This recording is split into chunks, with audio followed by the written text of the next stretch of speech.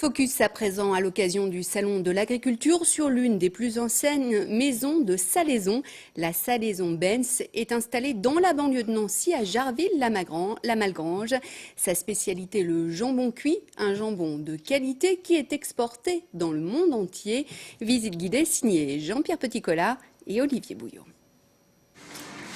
Une main experte désosse ce jambon. Nous sommes à la Salaison Benz à Jarville. Plus de 1000 jambons sont ainsi transformés chaque semaine. La volonté ici est de préserver le côté artisanal du travail. Tout ce qu'on peut faire à la main est fait à la main encore chez nous. Donc voilà, on veut poursuivre cette authenticité de fabrication lorraine, le vrai produit lorrain, ancré dans le savoir-faire des hommes. Ici, chez nous, le savoir-faire, c'est pas des machines, c'est des hommes.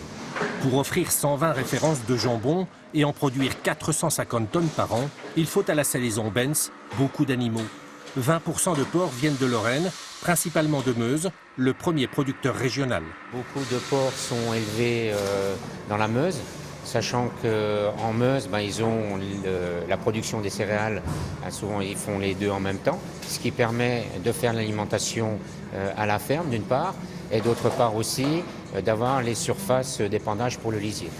Et dans une démarche de proximité, la Salaison a souscrit au label Lorraine Qualité Viande, prouvant que les porcs sont issus de la filière régionale, voire Grand Est. Au sein de Lorraine Qualité Viande, la première démarche Grand Est sera les porcs où on va basculer, nés, élevés, abattus et transformés dans le Grand Est pour coller aux démarches et au cahier des charges pour pouvoir communiquer et faire la promotion auprès des consommateurs. La Salaison Benz vend ses jambons à la grande distribution, aux grossistes et aux bouchers. 8% de sa production part à l'exportation. On exporte chez nos voisins allemands, mais on exporte aussi depuis fin 2011 jusqu'en Asie, puisqu'on livre sur Macao, Hong Kong et Taïwan. Du jambon lorrain que l'on retrouve même sur les tables des grands restaurants étoilés, comme à Hong Kong.